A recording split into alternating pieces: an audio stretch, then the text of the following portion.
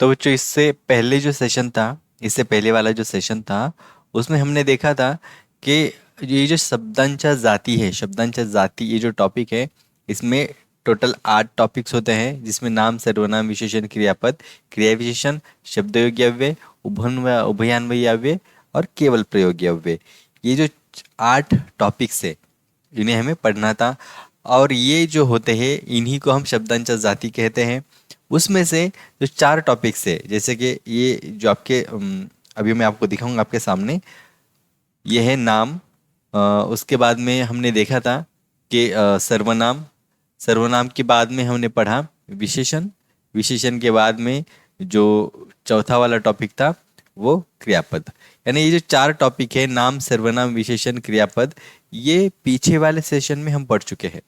तो आज वाले सेशन में हम क्या करेंगे कि इसके जो आगे वाले टॉपिक है, जैसे कि 5वां है क्रिया विशेषण, इनको पढ़ेंगे। और ये जो टॉपिक्स है आटो की आटो हम पूरे डिटेल्स में नहीं पढ़ रहे, ऐसा समझेंगे कि वो एक इंट्रोडक्शन है, वो एक इंट्रोडक्शन है। अगर आप चाहते हैं कि इनको डिटेल में पढ़ाया जाए, नाम, सर्वनाम, विशेषण, क्रियापद, आटो ही टॉपिक अगर एक एक करके उनको अलग अलग करके पूरी तरीके से डिटेल पढ़ाया जाए, निचोड़ करके बिल्कुल पढ़ाया जाए, तो आप मुझे कमेंट कर सकते हैं ना। इस वीडियो के नीचे कमेंट कर दीजिएगा कि सर मुझे ये जो टॉपिक है पूरी डिटेल के साथ पढ़ना है, सारे एग्जाम्पल्स लेके, सारी डिटेल निकाल करके और पूरी तरीके से अच्छे तरीके से स्पष्टीकरण करके इसको पढ़ना है। तो फिर हम क्या करेंगे, इनको आगे वाले सेशन में एक एक करके, एक हो दो हो ऐसे कर करके क्या करेंगे, किसी वीडियो में एक लेंगे या फिर हो सका तो 2 ऐड करेंगे। इस तरीके से हम उसको क्या करेंगे, डिटेल में पढ़ेंगे स्पष्टीकरण के साथ में, अगर आप लोग कमेंट करते हो तो। ठीक है, तो फिर देखते हैं आज का ये जो टॉपिक है, इसमें हम क्या पढ़ने वाले हैं कि आगे वाली जो शब्दांचा जाति है, जिसे हम जैसे पहला है कि वो क्रिया विशेषण है। तो पहला है हमारा क्रिया विशेषण। अगर इस वर्ड को आप गौर से देखेंगे तो इसमें क्या लिखा हुआ है, क्रिया, है ना। उसको अगर थोड़ा सा डिवाइड करेंगे, ये 2 शब्दों को अगर डिवाइड करेंगे, तो पहला है क्रिया और दूसरा है विशेषण। डिवाइड किया ना हमने, तो क्रिया है और विशेषण है। तो इसी शब्द को अगर गौर करेंगे तो भी हमें पता चलेगा कि ये जो क्रिया विशेषण है वो है क्या। एक्चुअली ये जो क्रिया विशेषण जो है ना, ये क्रिया का विशेषण है, क्रिया का विशेषण है। यानी क्रिया यानी क्या, क्रिया यानी क्रियापद, क्रिया यानी क्रियापद, क्रिया यानी क्रियापद जिसे हम एक्शन बोलते हैं ना। और विशेषण यानी क्या, विशेषण यानी विशेष, स्पेशल, विशेष यानी स्पेशल। क्रियापद की खासियत, क्रियापद की विशेषता जो बताएगा वो होगा क्रिया विशेषण। विशेषता किसकी बताएगा, क्रिया विशेषण।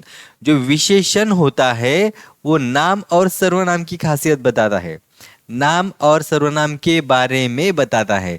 और ये जो क्रिया विशेषण होता है, ये क्रिया के बारे में अधिक जानकारी हमें देता है, क्रिया की खासियत हमें बताता है, क्रिया की विशेषता हमें बताता है। ये 2 बातें ध्यान में रखना है। जो इससे पहले जो टॉपिक था, टॉपिक नंबर 3, उसमें था विशेषण। मैं दोहरा रहा हूं, जो विशेषण था वो नाम और सर्वनाम के बारे में विशेषता बताता था, उसकी विशेषता बताता था, स्पेशल जो चीज़ है या फिर कुछ खास बात नाम और सर्वनाम के बारे में बताता था। लेकिन ये जो क्रिया विशेषण, ये जो टॉपिक है, ये जो टॉपिक है, ये हमें क्रिया के बारे में खास बात बताता है, क्रिया के बारे में विशेष बात बताता है, क्रिया के बारे में अधिक जानकारी हमें देता है, वो होता है क्रिया विशेषण। थोड़ी सी इसकी डेफिनेशन भी पढ़ लेते हैं। देखो, क्रियापदाबद्दल, क्रियापद के बारे में अधिक माहिती सांगणाऱ्या शब्दाला, अधिक माहिती सांगणाऱ्या यानी ज्यादा इंफॉर्मेशन देने वाली, ज्यादा इंफॉर्मेशन देने वाले, ज्यादा जानकारी देने वाले शब्दाला यानी शब्द को क्या बोलते हैं, क्रिया विशेषण। क्या बोलते हैं, क्रिया विशेषण म्हणतात, क्रिया विशेषण असे म्हणतात, क्रिया विशेषण कहते हैं। किसके बारे में जानकारी दे रहा है, क्रियापदाबद्दल, है ना। और फिर जो क्रियापदाबद्दल यानी कि क्रियापद के बारे में ज़्यादा जानकारी देगा, वो होगा क्रिया विशेषण।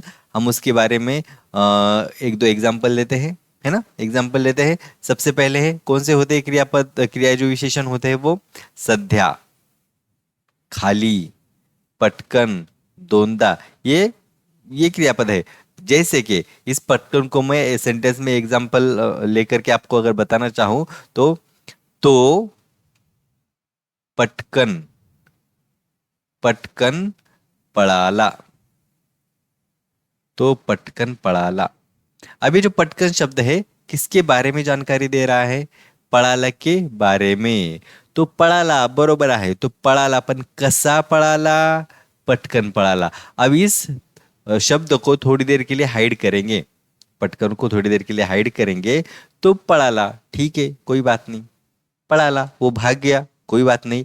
लेकिन कैसे भागा, कैसे भागा, वो जो शब्द है यानी ये जो शब्द है ना, वो भागने की जानकारी दे रहा है, तो की जानकारी नहीं दे रहा है। जानकारी किसकी दे रहा है, भागने की, यानी पड़ाला इस शब्द की जानकारी दे रहा है।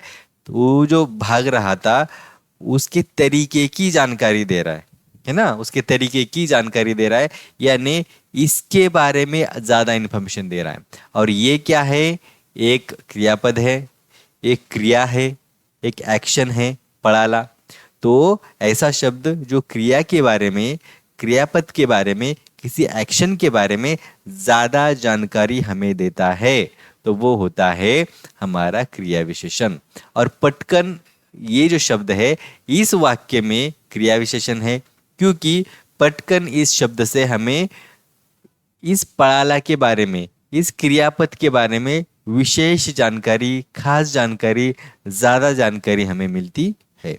तो इस तरह से कोई भी शब्द अगर क्रियापद के बारे में ज्यादा जानकारी देगा, विशेष जानकारी देगा, तो वो होगा क्रिया विशेषण। ठीक है, चलो आगे के टॉपिक की तरफ बढ़ते हैं। आगे है शब्द योगी अव्यय। इस शब्द को भी गौर से देखना है, शब्द योगी अव्यय।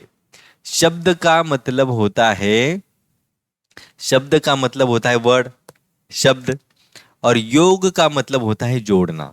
योग का मतलब होता है जोड़ना, ठीक है, योग का मतलब होगा जोड़ना। तो ये शब्द वो होते हैं जो शब्द को जोड़ करके आते हैं। किसको जोड़ करके आते हैं, शब्दों को जोड़ करके। अब वो कौन से शब्दों को जोड़कर आते हैं ये हमें बस देखना है डेफिनेशन से। देखो क्या कहती है डेफिनेशन, नामांना, है ना, नामांना किंवा सर्वनामांना जोडून येणाऱ्या व वाक्यातील शब्दांचा संबंध दाखवतात अशा शब्दांना शब्दयोगी अव्यय असे म्हणतात। ये जो शब्दयोगी अव्यय होते हैं ये योग करके आते हैं, योग यानी जोड़ना, योग यानी जोड़ना। और वो किसको जुड़े हुए होते हैं, नामांना किंवा सर्वनामांना। हम नाम और सर्वनाम पढ़ चुके हैं, इससे पीछे वाला जो सेशन था उसमें हम पढ़ चुके हैं कि नाम और सर्वनाम क्या होता है ना। अगर आप लोगों में से किसी ने नहीं देखा होगा तो आप पीछे अपनी जो चैनल है, चैनल पर जाइए, वहां पर देखिए इससे पीछे वाला जो सेशन था वो क्या था, और उसमें हमने 4 टॉपिक पढ़ाए थे, नाम, सर्वनाम, विशेषण और क्रियापद, है ना। ये 4 टॉपिक पढ़ाए थे, वहां पर जाकर के देख सकते हैं नाम सर्वनाम क्या है।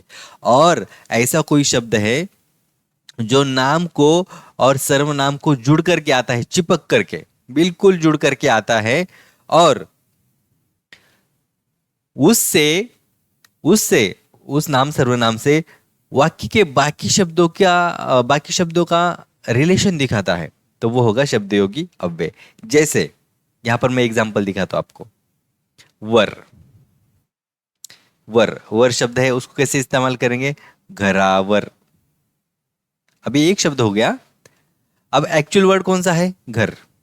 एक्चुअल वर्ड कौन सा है, घर यानी हाउस। लेकिन ये जो वर शब्द है, ये जो वर शब्द है किसी वजह से, है ना, किसी वजह से घर इस शब्द से जुड़ गया, घर इस शब्द से जुड़ गया और नया शब्द बना घरावर। ऐसा कोई शब्द है जो मूल शब्द से, एक्चुअल वर्ड से, जो ओरिजिनल वर्ड है उससे जुड़ जाता है, तो उसे हम क्या कहेंगे, शब्दयोगी अव्यय। शब्दयोगी अव्यय यानी शब्दों से जुड़ने वाला, शब्दों से जुड़ने वाला। लेकिन वो शब्द कौन से होते हैं, वो किससे जुड़ता है? वो सिर्फ नामों को और सर्वनामों को जुड़ता है, ऐसे किसी को भी नहीं जुड़ता, है ना। अगर कोई वर्ड नामों को और शब्दों को जुड़ जाता है किसी वजह से, अब वजह क्या है वो हम देखेंगे, किसी वजह से, तो उसे हम शब्दयोगी अव्यय कहेंगे। और आगे कहा गया है कि वो वजह क्या है? वजह क्या है? शब्दांचा संबंध दाखवतात। काय दाखवतात? शब्दांचा संबंध। अब इन दोनों के जुड़ने के पीछे वजह ये है कि नाम और सर्वनाम, इनका नाम या सर्वनाम, और नहीं, नाम या सर्वनाम, इनका वाक्य के अंदर के बाकी जो शब्द है उनका क्या संबंध है? ठीक है, नाम और सर्वनाम, इनका वाक्य के अंदर के बाकी जो सारे बचे हुए शब्द है उनका क्या संबंध है? ये संबंध दिखाने का जो वजह है वो ये सारे शब्द बनते हैं। यानी इसीलिए इनको नाम और सर्वनाम से जाकर के जुड़ना होता है।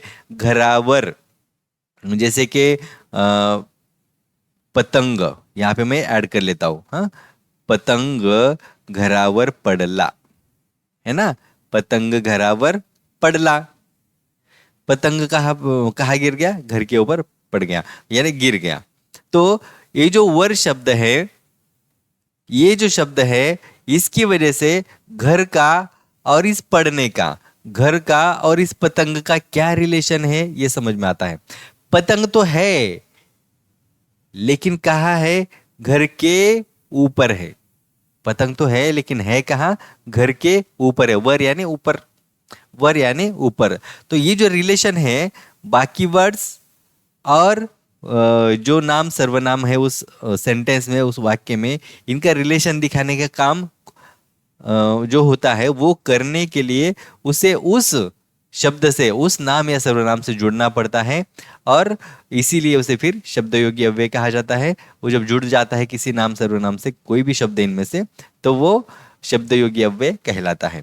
ध्यान रखिएगा, जो शब्दयोगी अव्यय है वो शब्द से जुड़ करके एक नया शब्द बनता है। जैसे यहाँ पर मूल शब्द जो था, जो मूल शब्द था वो घर था, और जो अव्यय है वो वर है ना। लेकिन ये दोनों मिला करके घरावर, ये एक शब्द बन गया। ये शब्द अलग अलग नहीं है, ये एक शब्द अब बन गया है। तो नया शब्द बनता है दोनों मिला करके। तो इसमें से ये शब्दयोगी अव्यय है और ये मूल शब्द है। इस तरह से जो शब्दयोगी अव्यय होते हैं वो जुड़ने के बाद एक नया शब्द जो बन जाता है। ध्यान रखिएगा, जब आपको शब्दयोगी अव्यय में और उभयान्वयी अव्यय में कंफ्यूजन होगा तो ये ध्यान रखिएगा, शब्दयोगी अव्यय जो है नाम सर्वनाम से पूरी तरीके से जुड़े हुए होते हैं। ठीक है, तो फिर आगे वाले जो टॉपिक है उसमें हम जाते हैं। आगे वाला देखिए, उभयान्वयी अव्यय। उभयान्वयी अव्यय, अभी जो उभयान्वयी अव्यय होता है, ये जो होते हैं शब्द, इसको पहले हम थोड़ा सा मीनिंग देखेंगे, थोड़ी सी डेफिनेशन देखेंगे। दोन शब्द किंवा दोन वाक्यांना जोडणाऱ्या शब्दांना उभयान्वयी अव्यय म्हणतात। अब ये जो शब्द होते हैं, जैसे इससे पहले वाला था शब्द योगी अव्यय, वो शब्द को जुड़ जाता था, नाम या सर्वनाम को डायरेक्टली जुड़कर नया शब्द बनाता था या पूरी तरीके से चिपक जाता था। लेकिन उभयान्वयी अव्यय जो है वो ऐसे नहीं होते, किसी शब्द को जुड़ते नहीं है, किसी वाक्य को पूरी तरह से चिपक नहीं जाते, बल्कि वो दोनों के बीच में रहते हैं। दोनों का, अगर उनकी दोनों तरफ से शब्द है तो उनका क्या रखते हैं? एक बैलेंस बना करके रखते हैं। उस शब्द के यानी उभयान्वयी अव्यय के दोनों तरफ कोई सेंटेंस है, कोई वाक्य है, तो उसका एक बैलेंस बना करके रखते हैं। वो कौन से शब्द होते हैं? जैसे कि आनी, अथवा, पण, व, म्हणून, परंतु, ये वाले जो शब्द है होते हैं ना, वो क्या करते हैं? दो सेम मीनिंग वाले, नियर अबाउट सेम मीनिंग वाले, या फिर ऐसा मीनिंग उनका उस वाक्य में होता है। जैसे कि एग्जाम्पल के तौर पे मी आनी, मी आनी, यहाँ पे एक नाम लेता हूं, मी आणि समीर गावाला गेलो।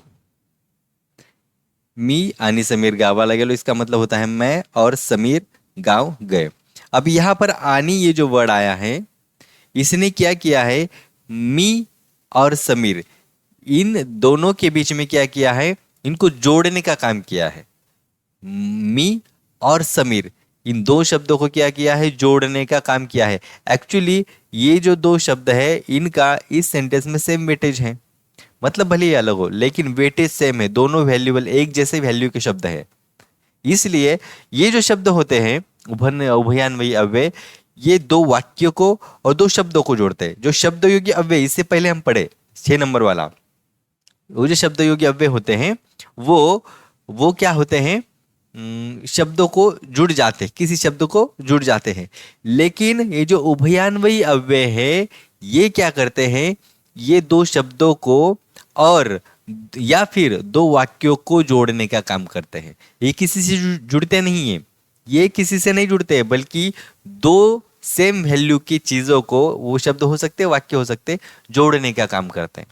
अब वो जोड़ते क्यों है, वो सेंटेंस देख के पता चलेगा, उनका काम सेम होता है। अब यहाँ पे मी और समीर इनका काम सेम है ना, यहाँ पर ये भी गांव जाने वाला है, ये भी गांव जाने वाला है ना, दोनों दोनों सेम वैल्यू वाली चीजें हैं, और ये क्या करते हैं, उनको जोड़ देते हैं। इसलिए इनको उभयान्वयी अव्यय कहते हैं। डिफरेंस बस इतना है, जो शब्द योग्य अव्यय थे वो किसी शब्द से यानी नाम सर्वनाम से डायरेक्टली जुड़ जाते हैं, लेकिन ये किसी और को जोड़ते हैं, दो वाक्यों को या दो शब्दों को जोड़ते हैं, ये होते हैं उभयान्वयी अव्यय। आगे है केवल प्रयोगी अव्यय, ये आखिरी है इस टॉपिक में, केवल प्रयोगी अव्यय।